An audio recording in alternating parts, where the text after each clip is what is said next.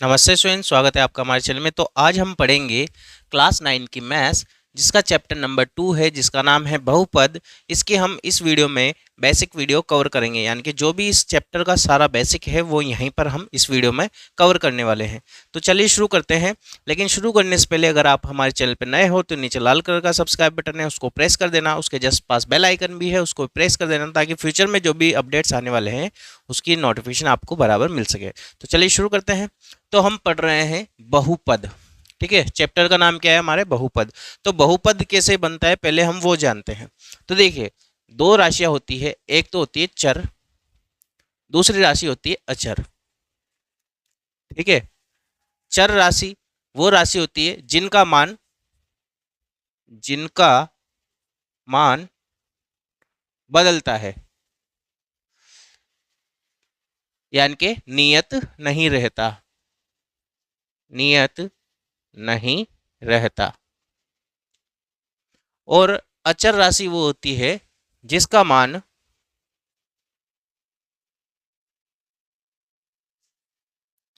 नियत रहता है। ठीक। अब चर क्या होते हैं? चर होते हैं ए बी सी डी, जिसे कि एक्स वाई जेड ऐसे के, ये क्या कहलाते हैं? चर कहलाते हैं। और अचर राशि क्या होती है? अचर राशि गिनती होती है हमारी, जो कि 1 2 3 ऐसे अनंत तक कोई सी भी गिनती हो सकती है।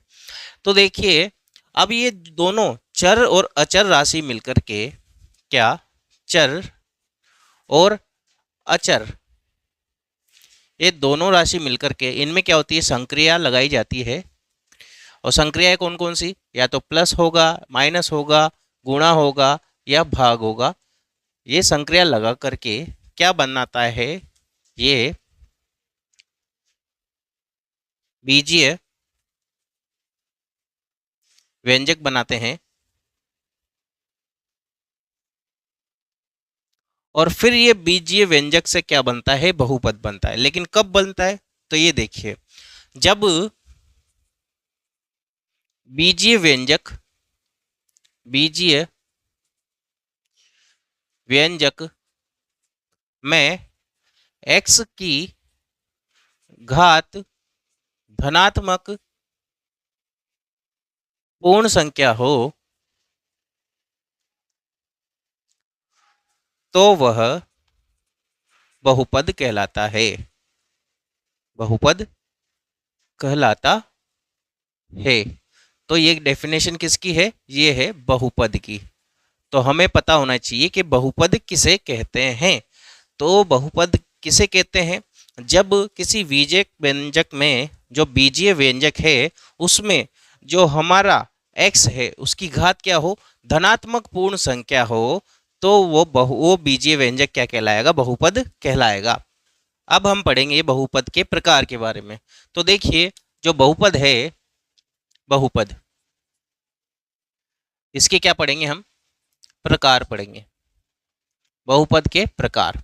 तो बहुपद के प्रकार दो तरह से हम पढ़ेंगे। एक तो पढ़ेंगे किसके आधार पर? पदों के आधार पर। पदों के आधार पर। ठीक। और दूसरा हम पढ़ेंगे घातों के आधार पर।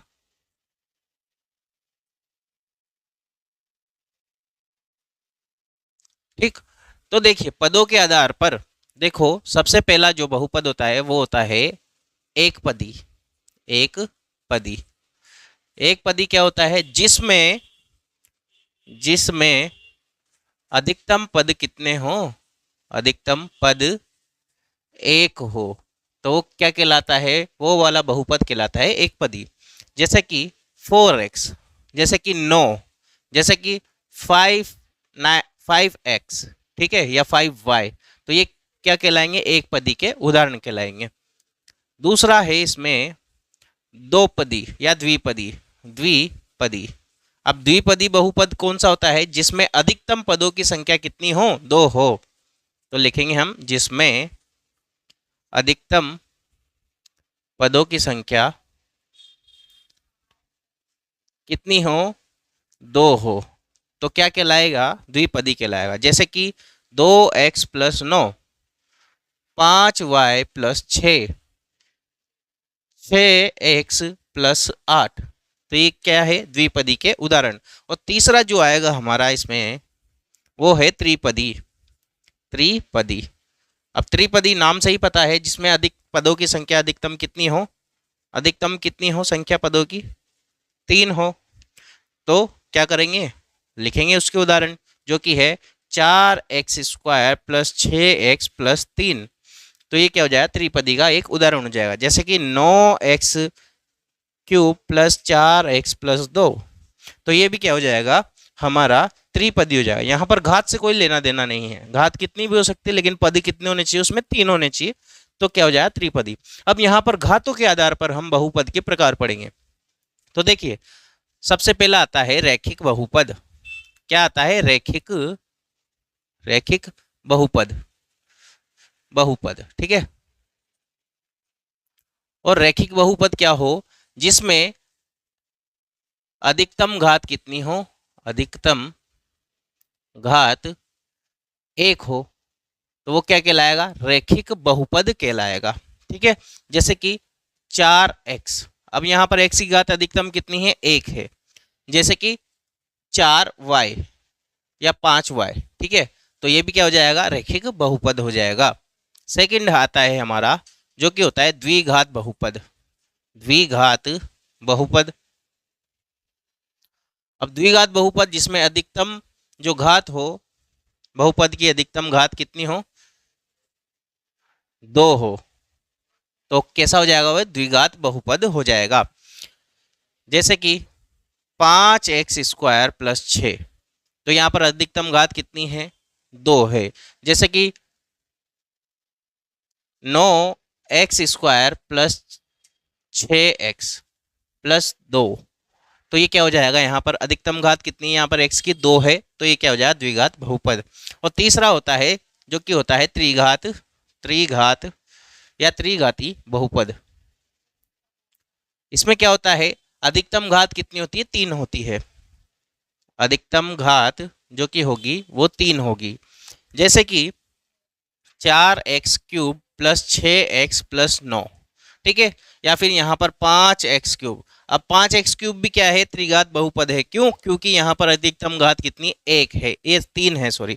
तो क्या हो जाएगा, ये त्रिघाती बहुपद हो जाएगा। तो ये हमने पढ़ लिए है बहुपद के प्रकार।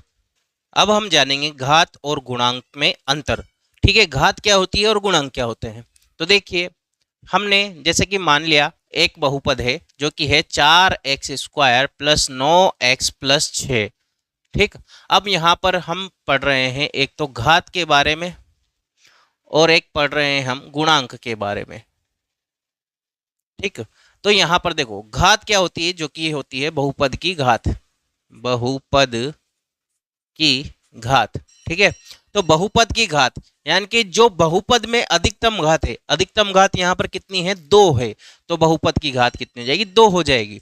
लेकिन अगर गुणांक पूछे, गुणांक, जैसे कि गुणांक किसका, x² का गुणांक, अगर हमसे पूछे x² का गुणांक क्या है, यानी कि x² से जो गुणा हो रहा है वो क्या कहलाता है, गुणांक कहलाता है। तो यहाँ पर x² का गुणांक क्या हो जाएगा, 4 हो जाएगा। अगर हमसे पूछे x का गुणांक क्या है, x का गुणांक, तो x का गुणांक देखेंगे हम, यहाँ पर देखो किससे गुणा हो रहा है, x 9 से, तो x का गुणांक क्या हो जाएगा, 9 हो जाएगा, ठीक है। अगर यहाँ पर हमसे पूछे x की घात 0 का गुणांक, x की घात 0 का गुणांक क्या है, तो यहाँ पर देखो, यहाँ पर तो x की घात 1 है, यहाँ पर x की घात 0 है, तो इसका गुणांक क्या हो जाएगा, 6 हो जाएगा।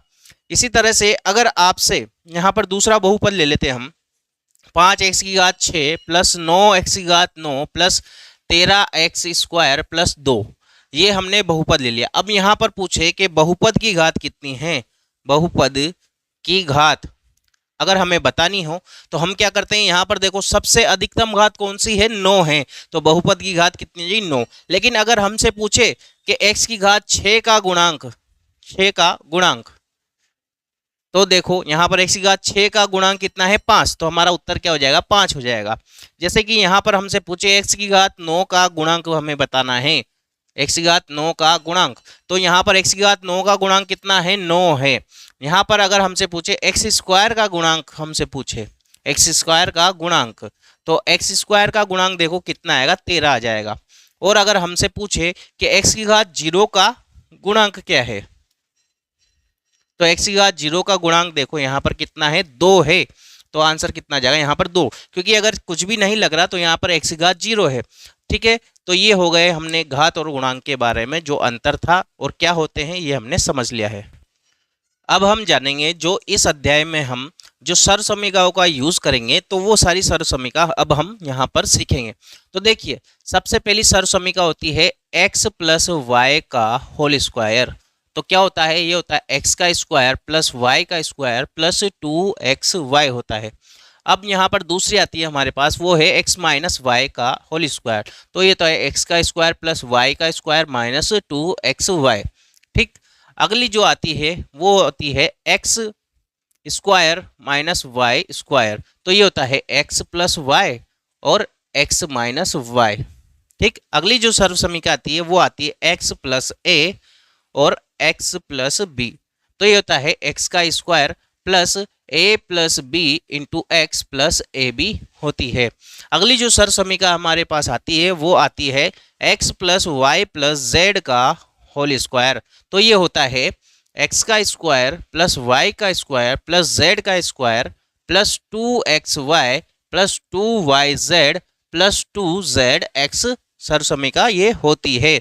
अगर हमसे पूछे कि x प्लस y का होल क्यूब हमें बताना है, तो क्या होता है, ये होता है x का क्यूब प्लस y का cube plus 3x square y plus 3xy square होता है। अगली हमसे पूछे कि x माइनस वाई का होल क्यूब क्या होता है, तो ये होता है x का क्यूब माइनस वाई का cube minus 3x square y plus 3xy square ये होती है। अगर हमसे बोले कि x cube plus y cube plus z cube minus 3xyz, इसका मान क्या होगा, तो हम लिखेंगे यहाँ पर, देखिए x plus y plus z और ब्रैकेट में आएगा x square plus y square plus z square minus का एक्स वाई माइनस का वाई जेड माइनस का जेड एक्स। तो ये सारी सरसमीका हमारी हो गई है और इस चैप्टर का जो बेसिक पार्ट है वो हमने पूरा कर लिया है। अगर आपको वीडियो अच्छी लगी होगी तो वीडियो को लाइक करना, अगर आप चैनल पर नए हो तो सब्सक्राइब कर देना और राधे राधे।